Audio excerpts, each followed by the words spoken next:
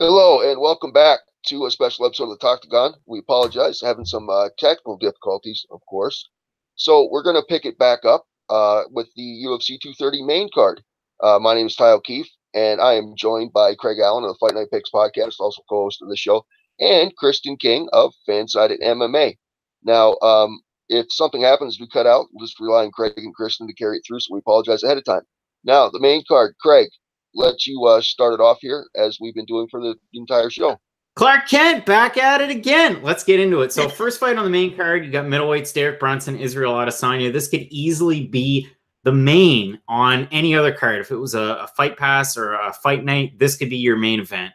Brunson, he's kind of hot and cold. He's one of those guys. There's so much glare in those. I'm not going to wear them, but he's one of those guys that's hot and cold. He looks great in some performances. He doesn't look good in others. You look at his takedown defense officially on Fight Metric, 100%. You don't see that very often. So good for Derek Brunson. Heavy hands. Did not look good. And we talked about it earlier. Jordan Rinaldi was in, what was it, co-main event against Gregor Gillespie back in January on that Carolina card.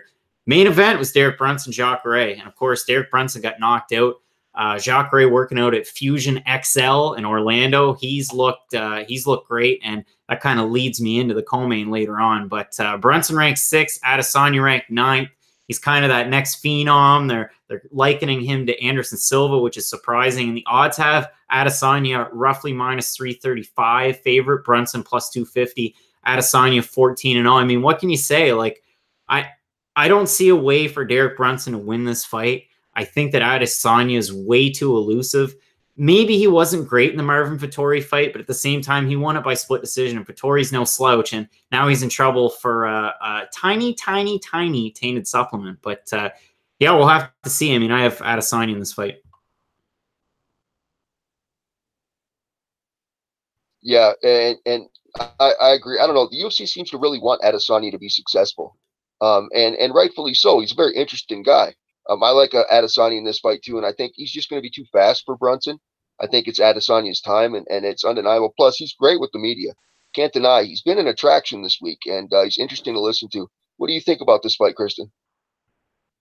Yeah, I also agree with you guys. I think Adesanya is going to win, but I also think Derek Brunson has a lot of qualities in his fight game that can definitely pose some problems for Adesanya if it ever comes down to it, because I believe in his 3 fights, he's never really been attempted to be taken down by any of his opponents. And Derek Brunson has the wrestling to neutralize his striking. So I still believe that Adesanya is a very fast and powerful striker, but Derek Brunson can sometimes get a little bit aggressive when he's coming in for those takedown shots. It could make a difference if he actually is able to get his hands on Adesanya. We've never really seen him in trouble like that before. You know, we haven't really seen much of his ground game and whether or not he can defend some of these. Brunson is the perfect person to even test those waters. So I'm very excited for this fight. I'm also picking Adesanya, but via unanimous decision, because I don't think it's going to be that easy. I think Derek Brunson, he has the striking. He can knock you out. He can also take you down and hold you there. So this is definitely, I think, the toughest test of Adesanya's career thus far. Yeah, I mean, you look at Brad Tavares. I mean, yeah, I thought that was going to be tough just where Tavares is such a good wrestler, but he didn't use it, which was kind of weird. And you look at the talent that Brunson's fought. I mean, Yoel Romero, Jacare twice, Robert Whittaker, Anderson Silva. Ty, say what you will about the fights in Strikeforce, but they matter. And Jacare, former champion Strikeforce. So, yeah, it'll be interesting to see what happens. But Adesanya looks great right now. He looks like he's poised to make a run up the top of the 185-pound division. I got him to win too. Yeah, and my only thing too is in this fight, like you mentioned, Brad Tavares, he didn't use any of his wrestling in the fight. I'm also worried that Derek Brunson is going to try and do the same thing. I know there's a lot of not hate, but I guess vitriol spewed between both of these two guys. They clearly don't like each other. They've been throwing barbs at each other on social media for like ever. And I'm a little bit worried that Derek Brunson is going to go out there with a chip on his shoulder and think he has something to prove by knocking Adesanya out. And obviously that's going to open up a lot of mistakes that Adesanya could very well capitalize on. So I'm a little bit worried for Brunson.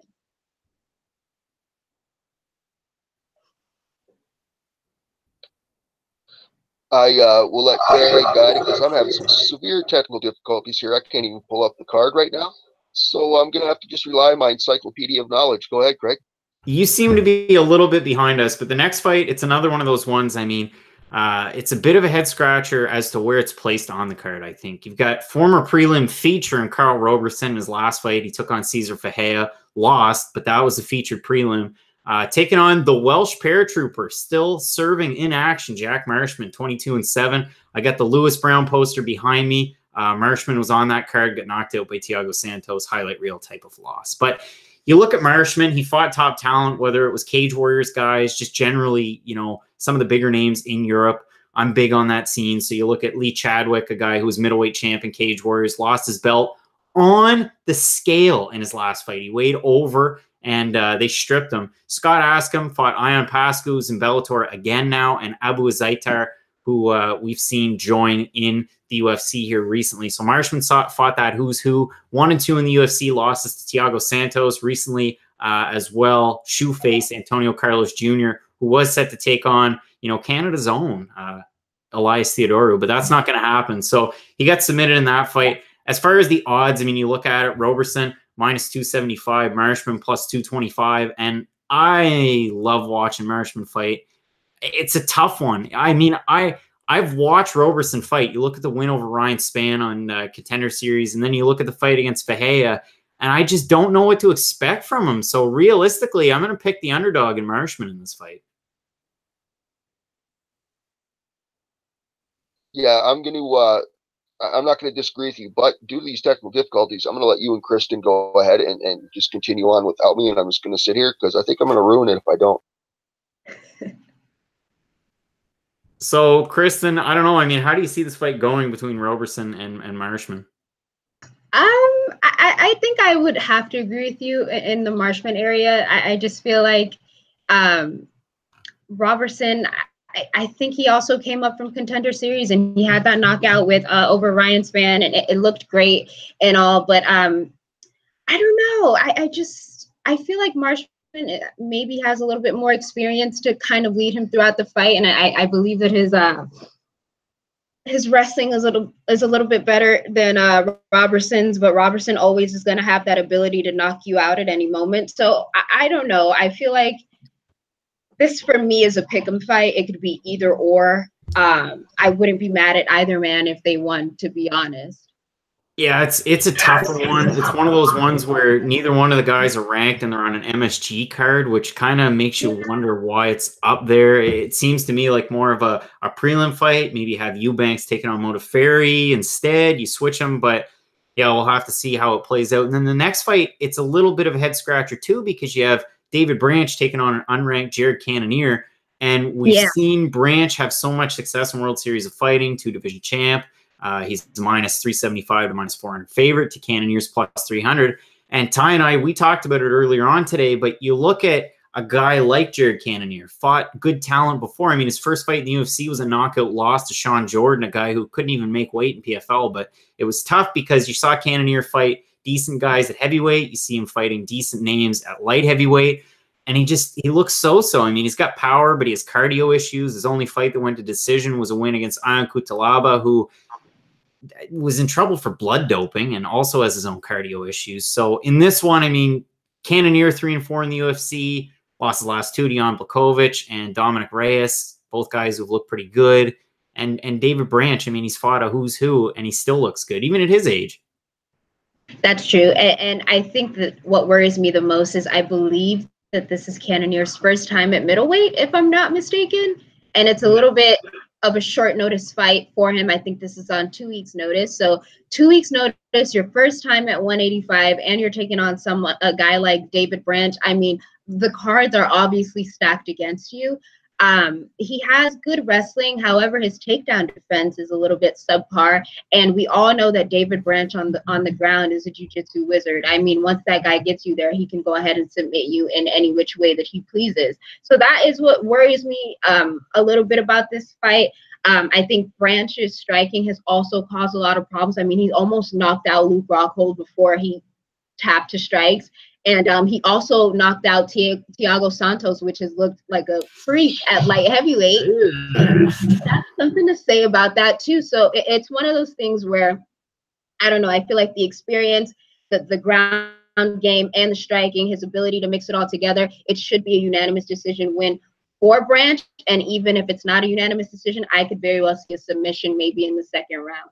If there's anybody watching this after the fact and you want to go see a fight where David Branch cheated big time, go watch his fight against Gerald Harris back early in his UFC days, his first stint, when he grabbed the cage twice and then he was knocked out by a slam by Gerald Harris, who apparently on Twitter said that he's got some possible fight news coming up. And I'm looking forward to it because Bellator 210, Melvin Manhoef out today against Chidi and Joe Kawani, John Salter in, but there haven't been a lot of fights announced for that. I know Jordan Young, who was on Fight Night Picks, he said that he's hoping to get on that show. There's a lot of other things that could happen, but it's in Thackerville. They love going to Oklahoma. It'd be nice to see Gerald Harris at home. In your co-main event, it's a huge fight. You get number 3, Chris Weidman. You get number 5, Jacare Souza. I mean, who do you have in this fight? I'm actually going to go with Weidman in this fight. I think he can get it done by unanimous decision. This is also another wrestling versus jiu-jitsu fight, but I just think Chris Weidman's wrestling is a little bit better than Jacare's jiu-jitsu. And I think anytime that Jacare does try and go for a takedown, he tends to do it up against the cage. And that's not a good place to be against someone like Chris Weidman, who can definitely take you down up against that area. So, and his striking is ever improving. I feel like Chris Weidman's boxing is just a great thing. And, yeah, that's true.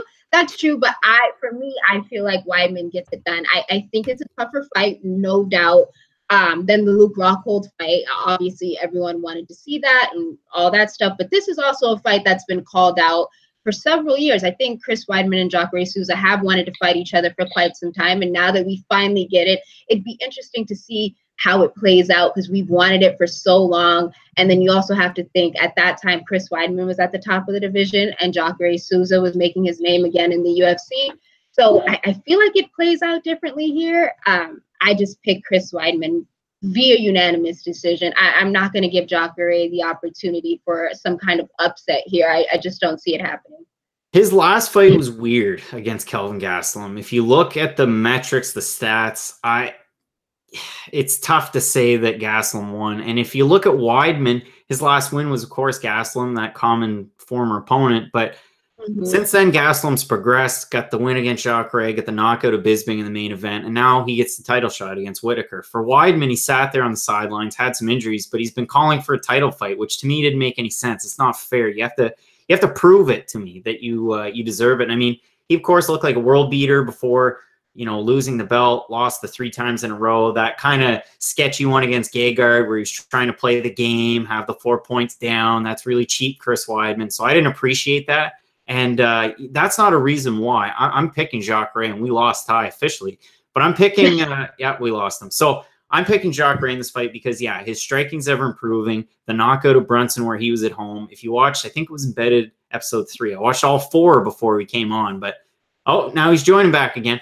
So I watched that and I was surprised because he recognized that, Chris Weidman, he's improving. And at the same time, he's fighting at home. I beat Brunson in his hometown. So maybe I'm going to get a chance. It doesn't affect me, the whole hometown advantage. And I mean, you look at the odds and they started out roughly at par. Then they went in Weidman's favor. Now it's roughly minus 190, but I've seen it move down since. And I did this morning at 11 o'clock. So yeah, it's moved since. And Souza was around a plus 165. So they're getting close.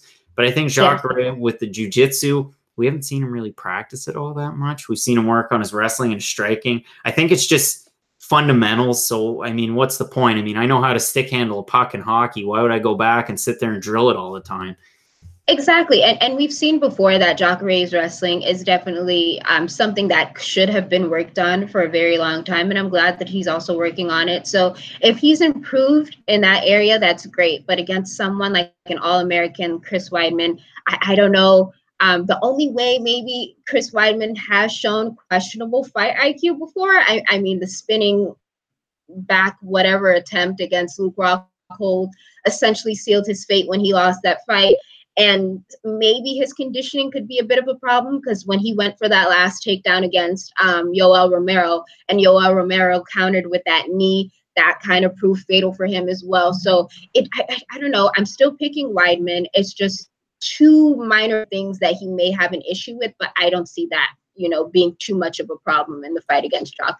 And I know the Yankees fan will be in the background that can hear us, and we're gonna have to bring him back in. But it's a shame that he's not a Red Sox fan. I mean, World Series champs, man. But I got the foam finger behind me too, actually. But yeah, he's gonna have to tune in to the end, because this main event, heavyweight titles on the line. Daniel Cormier taking it on short notice. Derek Lewis also taking it on short notice. This fight kind of materialized out of thin air, more or less. Supposed to be what? There were all sorts of different possibilities. Diaz, Poirier, Shevchenko, Eubanks, Jacek possibly. There's been a lot of different things. Now Ty's joined the call 2 or 3 different times, so we'll see what happens. Yeah, he's on there twice. That looks cool. But as far as this fight goes, I see it pretty clear cut. I don't even think that you need to spend much time on it. I mean, Derek Lewis to me, and he's right behind me, and it was a great performance against Travis Brown, but Abdurakhimov, come from behind. Travis Brown, he was hurt early. Marcin Tybura, come from behind. Volkov, come from behind. And he obviously got hurt in the Mark Hunt fight to the point where he got finished easily because his back and everything else just took a toll on him. And that back's been so questionable, the shots he's had to get. And he's such a great, kind of happy-go-lucky guy. The sound bites that you hear, I mean, you don't see anybody ragging on him. They're never... It's not stupid. He markets himself well. Now he's making that Popeyes money, as he told DC when they lined up today for the face-off. I see this fight cut and dry for DC. I don't agree with the people on social media who say Derek Lewis is going to knock him out in the first round. If you say that, you more than likely never seen a Derek Lewis fight in your life. It doesn't happen like that. That's not how he fights. So, yeah, I mean, the only thing that I worry about is possible injuries to DC. If his hands aren't feeling 100%, but, that could just all be smoke, and, he's trying to fool us. But I think it's an easy win for DC. That's true. I thank God I haven't encountered a fan that said that Derek Lewis is going to knock out Daniel Cormier in the first round, because that's a little bit of a reach there. I can understand why they might say it, because obviously Lewis is a heavy-handed striker, and he's going to come forward, but it's almost like in a plodding manner. He's not really the most technical fighter anyway, and he's not the fastest fighter. So he's obviously going to hail them shots at you until he lands one. But against someone like Daniel Cormier, who is a smaller, more explosive heavyweight, I just don't see that happening. And then he also has his bread and butter to go down to, which is the ground, obviously. And in a way, I'm kind of comparing this to the Anthony Johnson fight, because everyone thought that Anthony Johnson was this really heavy-handed striker that was going to knock out Daniel Cormier. And obviously he had that moment, he had that flash, and it looked like Daniel Cormier was going to be knocked out, but obviously that didn't happen. Daniel Cormier eventually got it to the ground. He worked his way into a submission. I personally see that same scenario possibly unraveling in this fight too. I just don't think Derek Lewis has worked enough on his cardio for a fight against someone like Daniel Cormier, who once he pressures you, I mean, it's so tough to get up from underneath someone like Daniel Cormier. And I mean, I would give Lewis a puncher's chance, obviously. I mean, again, he's not the quickest. He plods forward. I just don't see him catching Cormier by surprise in that flash way that Anthony Johnson did. So if anything, I see this fight going at least 3 rounds, and it'd probably end by a Cormier submission. I like how DC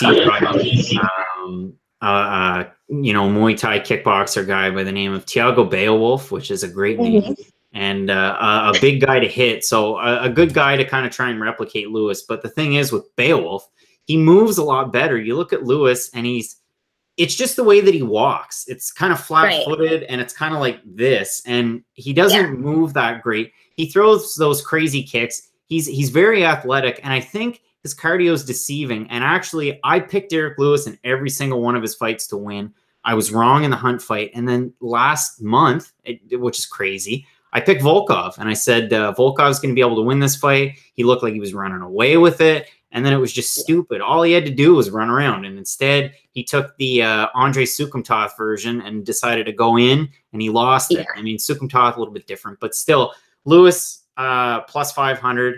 DC ran a minus 700. I saw on Twitter that Derek Lewis went trick-or-treating after 13 hours of media and different things, which was great to see.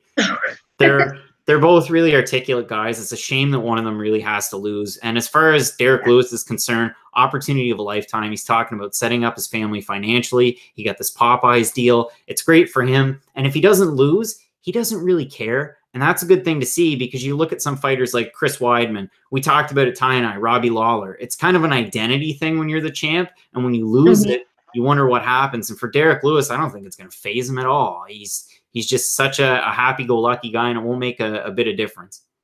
Yeah, and the good thing about it is that the heavyweight division right now is not in the best state. And I mean, I wouldn't be surprised if Derek Lewis, if he lost this fight, he would only be maybe around 1 to 2 fights away from getting another title shot, depending on how it goes. So, I mean, this is, for me, a win-win situation for Derek Lewis. I mean, he gets the fight of a lifetime, and if he loses to Daniel Cormier, which people have already considered him the greatest of all time, or at least one of the greatest of all time. So there's no shame in that. And honestly, if he loses 1 to 2 fights max, if he can pull off a knockout, maybe a little bit earlier than the Volkov fight. I'm not going to lie. I was a little frustrated with the performance. But if he can do something like that against maybe 2 more top 5 guys, he can find himself right up there again, knocking at the champion's door. Yeah, it'll be interesting to see with Brock Lesnar potentially in attendance, with Stipe waiting in the wings. We'll have to see what happens, who gets the next shot. I'm really looking forward to it. I think 230 is a pretty good card. It might be worth $69.99 Canadian or whatever they charge for pay-per-views these days. But yeah, I'm really looking forward to it. Kristen, we lost Ty, but where can people find you on social media, and where can they find your work? You guys can find me at Kristen King MMA on Twitter, and you can always find my work at fansided.com/author/KKING. I should have some pretty good post-fight stuff for you, like Twitter reacts and maybe some stars of the night. I just have to check in with my editor about that. But I'm always around for some post-fight goodies, so check me out there. Will do 100%. You can find me on Twitter and Instagram, Craig Allen FNP. You can find the website, fightnightpicks.net. Can you tell I've done this many, many times before? You can find Fight Night Picks on YouTube, iTunes, Stitcher, CastBox, any podcatcher where you find your podcast. There's a new episode out today. Has some special little video clips and different things from UFC Moncton last week. I had Jay Anderson on from Cage Side Press. We also previewed UFC 230 a little bit. So it's a little bit of a different episode, something that I haven't really done before with some of those clips, because I really haven't had the opportunity to do it. So it's kind of neat, and you can check that out for sure. Make sure you find Kristen on Twitter. You can find Ty at Above the Fold Ty. You can find him on Facebook, Ty O'Keefe. And we'll have to be back with another episode of the Talktagon coming up soon at some point. I can't wait. Yep. All right.